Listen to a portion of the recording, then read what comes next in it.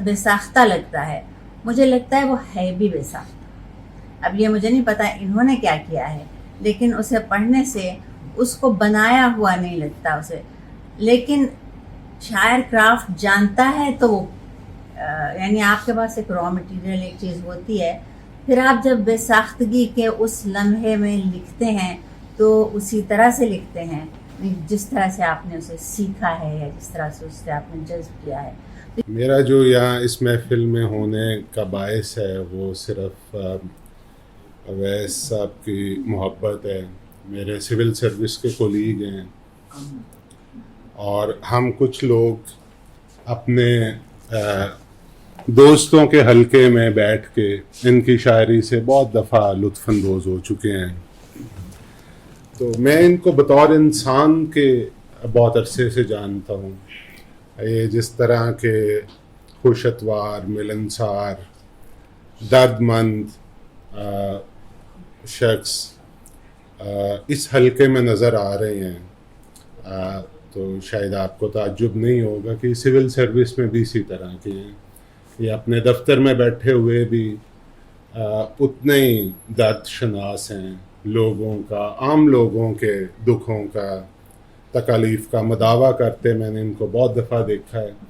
ان کی بیک پہ لوگ جو ان کے بارے میں کہتے ہیں میں اس سے بھی شناسا ہوں. تو میرا خیال ہے ان کا جو شخصی تعارف ہے وہ پہلے بھی آپ لوگوں پہ آیا ہوگا، آپ سب انہیں اپنے اپنے طور پہ جانتے ہیں.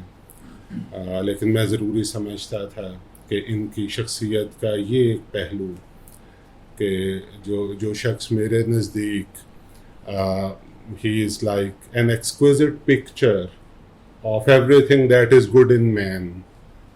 تو ان میں وہ تمام اچھی خوبیاں میں دیکھتا رہا ہوں. شعر کے حوالے سے میں ان کی شاعری کو پڑھا، سنا بھی اور پھر کتاب آنے کے بعد بھی پڑھا. تو میں سمجھتا ہوں کہ یہ شاعری میرے لیے بہت سے موضوعات پہ مجھے سینسٹائز کیا اس شاعری نے. یہ ٹچ کرتی ہے.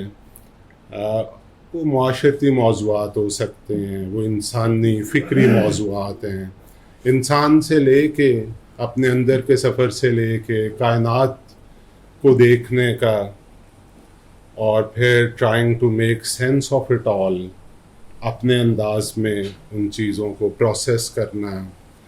بہت سی شاعری ایسی ہے جو لگتا ہے کہ ایک انسان کیتھارسس کر رہا ہے اپنے ساتھ اور اس کو پھر پیش کر رہا ہے دوسروں کے لیے، اور وہ سوالات اٹھاتے ہیں اور وہ دوسروں کو وہ سوالات ایسے لگتے ہیں جو کہ ان کے اپنے ذہن میں بھی وہ سوالات پہلے سے موجود تھے، ان کو الفاظ کی شکل انہوں نے دی.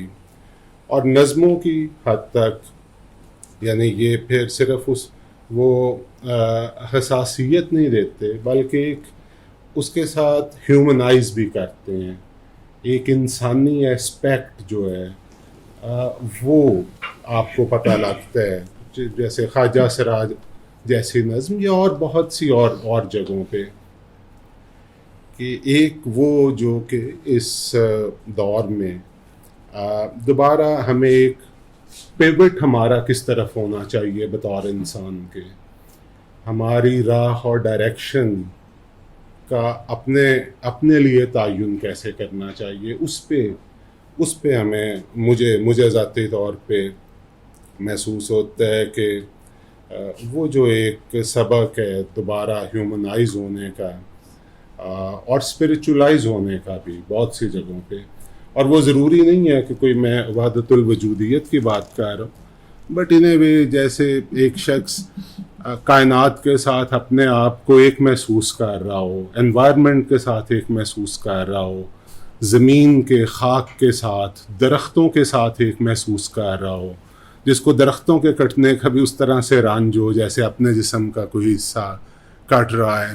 تو یہ گانگت ہے جو کہ وہ اپنی ذات کو اپنے سے ایک بڑے کینوس پہ دیکھتا ہے اور اس کے نزدیک وہ جو گرد و پیش ہے، جو موجودات ہیں، وہ سارے اس سے تعلق رکھتے ہیں اور وہ ان ساروں کا حصہ ہے اور لازم و ملزوم ہے ایک دوسرے کے لیے.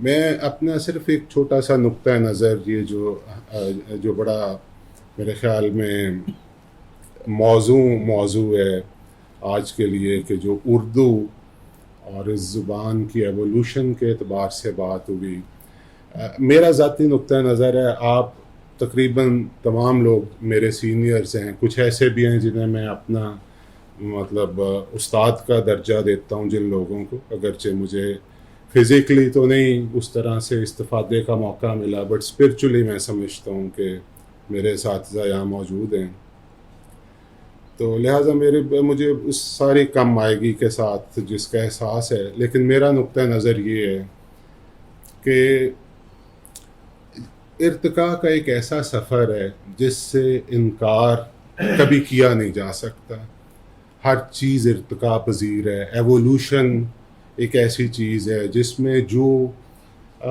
باقی رہنے والی چیزیں ہیں وہ باقی بھی رہتی ہیں، کچھ نئی چیزوں کی آمیزش بھی ہوتی ہے، تو ارتقاء کے سفر سے بائی اینڈ لارج گھبرانا میں نہیں سمجھتا کہ ضروری ہے. Things assume a shape of their own at times, چیزیں خود بھی اپنے آپ کو گورن کرتی ہیں. کئی دفعہ انسانوں کے ہاتھ میں سارا کچھ نہیں ہوتا کہ آپ نے کسی دھارے کا رخ متعین کرنے، بہت سی چیزیں ایٹ ورک ہوتی ہیں. ہم بہت غیر معمولی دور سے گزر رہے ہیں. اگر آپ 80 کی دہائی سے لے کے آج تک دیکھیں تو ہماری آنکھوں کے سامنے اتنی یعنی ترقی ہو چکی ہے، اتنی انوویشن ہو چکی ہے، اتنی چیزیں اس انداز میں بدل گئی ہیں. یعنی ہم وہ ایک نسل ہیں جو کتاب کے ساتھ بڑے ہوئے تھے اور کتاب کے علاوہ کوئی ذریعہ نہیں تھا شعر و سخن کو یا ان چیزوں کو پڑھنے کا، آپ تک پہنچنے کا. اور آج اب آپ اگر دیکھیں تو کتاب کی نسبت باقی کتنے سارے میڈیمز ایسے ہیں جو ڈومینیٹ کر چکے ہیں. تو اب یہاں پہ یہ فیصلہ ضروری ہے کہ آیا یہ گھبرانے والی بات ہے یا یہ اڈیپٹ کرنے والی بات ہے، اور جو آگے کے چیلنجز ہیں جو اس وقت کی صورتحال ہے اس میں what to make best of it، یہ اپروچ ہونی چاہیے اور اس کے ساتھ آگے چلنا چاہیے. تابش صاحب کی موجودگی سے مجھے یعنی یاد آ گیا کہ عشق آباد کا جو ایک پلیٹ فارم جس طرح سے بنا اور اس کے ذریعے جیسے اب یہی بہت ساری ہزارہا کتابیں اب آپ کے پاس الیکٹرانک فارم میں موجود ہیں، تو اصل میں ایک تو یہ ساخت کی چینج ہے.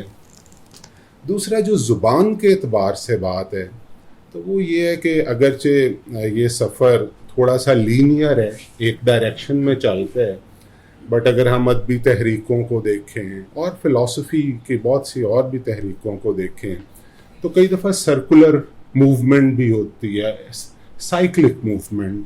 ہر کچھ عرصے کے بعد کوئی ایک ایسی چیز جو بظاہر لگتا تھا کہ شاید اب ختم ہو گئی ہے تو وہ دوبارہ ظہور پذیر ہو جاتی ہے، دوبارہ اس کی مقبولیت دوبارہ واپس آ جاتی ہے. تو ممکن ہے کہ یہ میں بالکل ایگری کرتا ہوں کہ آج کا دور ایسا ہے کہ جس میں اردو نے انفارچونیٹلی ایک ایسی ساخت اختیار کی ہے کہ جو ذرا تھوڑی سی لگتا ہے کہ محدود زبان کا استعمال تھوڑا سا پہلے کی نسبت شاید محدود ہو رہا ہے. یہ ہے کہ میں شاعری کی ہر کتاب کو آخر سے پڑھا کرتا ہوں، اس لیے بھی کہ وہاں دیباچے نہیں ہوا کرتے، اور میری کوشش ہوتی ہے کہ میں شاعری کو دیباچوں کے بغیر پڑھوں. اور اگر پوری کتاب پڑھ کر مجھے محسوس ہو کہ مجھے دیباچے پڑھنے چاہیے یا فلیب پڑھنے چاہیے تو پھر میں ان کو پڑھا کرتا ہوں. اور مجھے اکثر مایوسی ہوتی ہے کیونکہ دیباچوں میں جو کچھ لکھا ہوتا ہے عام طور پر کتابوں میں موجود نہیں ہوا کرتا. اس کتاب کو بھی میں نے غزلوں کو خاص طور پر آخر سے پڑھنا شروع کیا، اور اس سے پہلے میں نے ان کی کچھ نظمیں جو ہیں وہ مجلس کے ایک مشاعرے میں سنی تھی، وہ ان سے پہلی ملاقات تھی، اور پھر کوئی 1.25 برس تک کوئی ملاقات نہیں ہوئی، اور یہ کتاب جو ہے اس کی شکل میں ملاقات ہوئی. تو اس کو پڑھتے ہوئے پوری کتاب پڑھ لی میں نے، اور پھر اس کو میں نے شروع سے آخر تک پڑھا اور پھر نظموں کا حصہ پڑھا. اور اس کے بعد پھر میں نے افتخار عارف اور عباس تابش اور کنور صاحب کے دیباچے پڑھے تو مجھے احساس ہوا کہ یہ جو گواہیاں آئی ہیں اس کتاب کے حق میں وہ غلط نہیں، کیونکہ عام طور پر جیسے کہ میں نے عرض کیا کہ وہ گواہیاں جو ہیں وہ دوستی کی بنیاد پر ہوتی ہیں، تعلق کی بنیاد پر ہوتی ہیں، اور شاعری جو ہے اس کے مد مقابل کھڑی نہیں ہوتی۔ یہاں میں اگر سچ کہوں تو یہ ہے کہ گواہیاں جو ہیں وہ قدر کنجوسی سے دی گئیں۔ بلا عباس تابش کو ایک قدر طویل دیباچہ لکھنا چاہیے تھا، ہمارے دوست ہیں، اور افتخار عارف صاحب تو خیر اگر وہ چند سطرے بھی لکھ دیں تو بڑی بات ہے، لیکن کنور صاحب کا دیباچہ بہت اس حوالے سے اہم ہے، اور وہ اس پس منظر کو بھی بتاتا ہے جو اس شاعری کا پس منظر ہے، اور اس سفر کے بارے میں بھی بتاتا ہے جو شاعری کا سفر ہے۔ مسئلہ یہ ہے کہ جو ہماری اردو غزل ہے، جیسے کہ یہاں بات ہوئی کہ بہت زیادہ لکھی جا رہی ہے اور بہت مشکل ہے اس میں سے شناخت اپنی بنانا، یہ ایسے ہی ہے نا جیسے آدمی ایک بہت بڑے ہجوم میں کھڑا ہو اور اس میں سے اپنا چہرہ دکھانے کی کوشش کر رہا ہو۔ تو ان کے شاعر ہونے کی سب سے بڑی دلیل یہ ہے کہ ان کا جو چہرہ ہے وہ اس ہجوم میں نظر آتا ہے، یعنی میں ان کی غزل کو ان کی غزل کے حوالے سے پہچان سکتا ہوں، ان کے کام کے حوالے سے پہچان سکتا ہوں، اور ان کی نظم جو ہے جس کا بھی بہت ذکر ہوا، خواجہ سرا، وہ تو سنتے ہی مجھے جو ہے اسی وقت اس نے بہت متاثر کیا تھا۔ اور ایک اور نظم جو ہے جس کا میں ذکر کرنا چاہتا ہوں اور جس نے میرے جیسے بوڑھے کو جو ہے بہت مامیز کیا ہے، وہ سراپا ہے۔ تو اس کے شاعر ہونے میں کوئی شبہ نہیں ہے، اور اگر کوئی آدمی جو ہے وہ شاعر ہے اور اتنے کہہ لیجئے کہ مصروف ہونے کے باوجود شاعر ہے، تو پھر تو ہمیں اس پر، اس کی شاعری پر اور اس کے جو ہے وہ کہہ لیجئے کہ اس کے ٹیلنٹ پر، اس کے اظہار پر یقین کرنا ہی پڑے گا۔ دوسری بات یہ ہے کہ جو ان کا مصرع بنانے کا جو انداز ہے وہ بتا رہا ہے کہ انہوں نے اس میں بہت محنت کی ہے۔ پہلی کتاب تو میری نظر سے نہیں گزری، ظاہر 22 برس پہلے انہوں نے کہی تھی، اور اس وقت شاید یہ 22 ہی برس کے تھے، میں نے اندازہ لگایا کہ اب یہ ایک پختہ عمر کو پہنچ گئے ہیں۔ تو اس کے ساتھ ساتھ ان کی جو شاعری ہے، ان کی جو غزل ہے، مصرع بنانے کا جو انداز ہے وہ بھی بہت پختہ ہوا ہے، یعنی مجھے کہیں ایسا لگا نہیں کہ انہوں نے کوئی فالتو لفظ اس میں استعمال کیا۔ مصرع اتنے چست ہیں کہ اگر ان میں سے آپ کسی ایک لفظ کو خارج کر کے کوئی اس کی جگہ متبادل لفظ رکھنا چاہیں تو بہت مشکل ہوگی۔ اچھا، زبان کے حوالے سے مجھے نہیں سمجھ میں آ رہی کہ وہ بات کیوں ہو رہی ہے، کیونکہ ان کی پوری غزلوں میں صرف ایک جگہ پنجابی کا ایک لفظ استعمال ہوا ہے، کہیں بھی انہوں نے زبان کا جو ہمارا جو اسٹرکچر ہے اس کو توڑنے کی کوشش کی ہے نہیں کی ہے۔ ظاہر ہے کہ ان کو پھر شیر افضل جعفری سے یا ان کے شہزاد جو ہے وہ ہمارے دوست جو تھے ناصر شہزاد، ان کے ساتھ ان کو جو ہے وہ نہیں، کس نے جوڑا ہے؟ نہیں، میں نے دونوں کا ذکر کیا ہے، ذکر کیا، وہ اس کانٹیکسٹ میں نہیں تھا، پلیز ٹھیک اس چیز کو، وہ بالکل اور کانٹیکسٹ میں بات ہو رہی ہے، چلیں، ان کا موازنہ کہاں ہوا ہے؟ جی نہیں، میں بھی موازنہ نہیں کر رہا۔ ان کی دونوں تقریبات بہت اچھی تھی۔ پہلی عباس صابر صاحب نے کی، وہ بھی بہت ہی منفرد تقریر تھی کہ 3 مضامین تھے اور ان کو ہم نے بڑی خوشی سے سنا، اور اس کے بعد ایک چائے کا سیشن اس میں گپ شپ لگائی۔ اور آج کی یہ تقریب اس حوالے سے منفرد ہے کہ اس میں سب کو کچھ کہنے کا موقع ملا، اور پھر ایک اس میں سے ایک اچھی مکالمے کی روایت کا بھی آغاز ہوا۔ تو میں نے میری اویس صاحب سے کوئی اتنی پرانی آشنائی نہیں ہے، میں نے کووڈ کے دنوں میں ان کی کچھ چیزیں پڑھی، پھر اس کے بعد یہ سیلاب کے دوران ان کی ایک پنجابی غزل یا نظم فیس بک پہ میں نے پڑھی، اور اتنی وہ اچھی لگی مجھے۔ ایک بہت ہی مثبت سوچ کے مالک، ایک بہت اچھے انسان، بیبے انسان، بہت اچھا ان کو لگا مل کر۔ ان کی کتاب جب آئی اور مجھے انہوں نے بھیجی تو سب سے پہلے تو اس کا جو نام تھا، میں نے کالم بھی لکھا، اس میں یہ سب میں تذکرہ کر چکی ہوں، تیرا حکم تھا کہ سفر کروں۔ تو میں فلسفے کی اور تصوف کی طالب علم ہوں، تو مجھے دونوں حوالوں سے یہ اتنا خوبصورت لگا کہ ایک عجیب طرح کی کشش، کیونکہ سفر جو ہے اپنے اندر ایک وسیع جہان رکھتا ہے، اور پھر حکم جو ہے وہ تصوف کے حوالے سے دیکھیں، محبوب کے حوالے سے دیکھیں، اپنی ذات کے حوالے سے دیکھیں، تو بہت ہی مجھے اچھا لگا۔ اور ان کا ایک شعر جو ہے وہ تو میری ایسے جیسے میں اس کو کئی دن اپنے ساتھ لے کر چلتی رہی کہ خاک تو کب سے مہکنے کی گھڑی کو ترسے، اب یہ بادل کی رضا ہے کہ وہ کب آ برسے۔ تو وہ اتنا خوبصورت کہ میں سمجھتی ہوں کہ خاک اور بادل کا